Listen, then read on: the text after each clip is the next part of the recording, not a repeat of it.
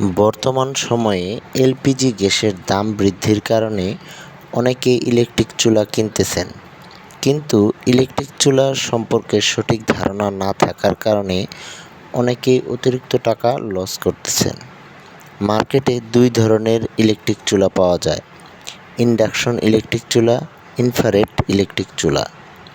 এই দুই ধরনের চুলা ব্যবহারের ক্ষেত্রে কোনটার সুবিধা বেশি, কোনটার সুবিধা কম, কোনটায় বিদ্যুৎ বিল বেশি আসে, কোনটায় বিদ্যুৎ বিল কম আসে, কোনটার দাম বেশি, কোনটার দাম কম, এই বিষয়গুলোই আজকের ভিডিওতে আলোচনা করব।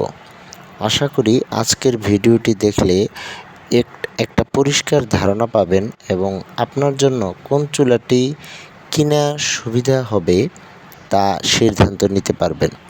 চলুন শুরু করি আজকের ভিডিও। ইন্ডাকশন চুলা ও ইনফ্রারেড চুলার মধ্যে পার্থক্য। ইন্ডাকশন চুলা কি সেটা আগে জেনে নেই। ইন্ডাকশন চুলা কাজ করে ইলেকট্রোম্যাগনেটিক ইন্ডাকশন নীতির উপর ভিত্তি করে। এর ভিতরে একটি কপারের কয়েল থাকে, যার ভিতরে বিদ্যুৎ প্রবাহিত করলে একটি শক্তিশালী চুম্বক তৈরি করে। এই চুম্বক ক্ষেত্র সরাসরি রান্নার পাত্রকে উত্তপ্ত করে, চুলার উপরিভাগকে নয়। অপরদিকে ইনফ্রারেড চুলা কাজ করে রেডিয়েন্ট হিটিং নীতির উপর ভিত্তি করে। এর ভেতরে একটি হিটিং কয়েল থাকে, যা গরম হয়ে ইনফ্রারেড বিকিরণ তৈরি করে এবং তাপ সৃষ্টি করে। এই তাপ চুলার কাচের প্লেট এবং পাত্র উভয়কেই গরম করে। ইন্ডাকশন চুলা ও ইনফ্রারেড চুলা বাহিরের দিক থেকে দেখলে একই দেখায়, কিন্তু ভিতরের যন্ত্রাংশ একেবারে আলাদা। ইন্ডাকশন চুলার সুবিধা এখন জেনে নিই। দ্রুত রান্না করা যায়। এটি গ্যাস ও ইনফ্রারেড চুলার থেকে দ্রুত পানি গরম ও রান্না করতে পারে। এর কারণ হলো এটি সরাসরি পাত্রকে উত্তপ্ত করে, ফলে কোনো তাপ অপচয় হয় না। নিরাপত্তা: চুলার উপরিভাগ গরম হয় না, শুধুমাত্র পাত্রটি গরম হয়। হাত লাগলেও পুড়ে যাওয়ার কোনো সম্ভাবনা নেই। রান্নার পাত্র সরিয়ে ফেললে চুলা তাৎক্ষণিকভাবে ঠান্ডা হয়ে যায় এবং সহজে পরিষ্কার করা যায়। এর উপরের মসৃণ প্লেট খুব সহজেই পরিষ্কার করা যায়। কোনো খাদ্যদ্রব্য ছড়িয়ে পড়লে পরিষ্কার করা সহজ, কারণ প্লেটটি গরম হয় না। তাপমাত্রা নিয়ন্ত্রণ: এতে প্রয়োজন অনুযায়ী তাপমাত্রা নিয়ন্ত্রণ করা যায়। বিভিন্ন খাদ্যদ্রব্য খুব সুবিধাজনকভাবে তাপমাত্রা সেট করা যায়। ইন্ডাকশন চুলার অসুবিধা: এটি সবচেয়ে গুরুত্বপূর্ণ বিষয়।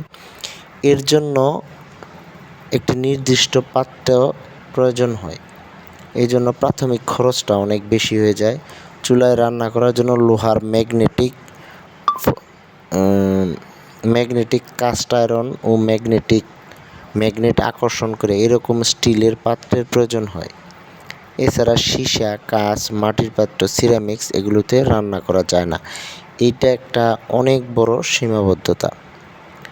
দাম হিসাব করলে ইন্ডাকশন চুলার দাম ইনফ্রারেড বা গ্যাসের চুলার থেকে একটু বেশি হয়, এটাও একটা অসুবিধা। ফলে শুরুতে প্রাথমিক খরচ একটু বেশি পড়ে। এখন জানাবো ইনফ্রারেড চুলার সুবিধা। এই চুলার সবচাইতে বড় যে সুবিধা সেটি হচ্ছে যে কোনো পাত্র দিয়েই রান্না করা যায়। সাধারণত গ্যাসের চুলার চেয়ে দ্রুত রান্না করা যায়, কিন্তু ইন্ডাকশন চুলার চেয়ে একটু বেশি সময় লাগে।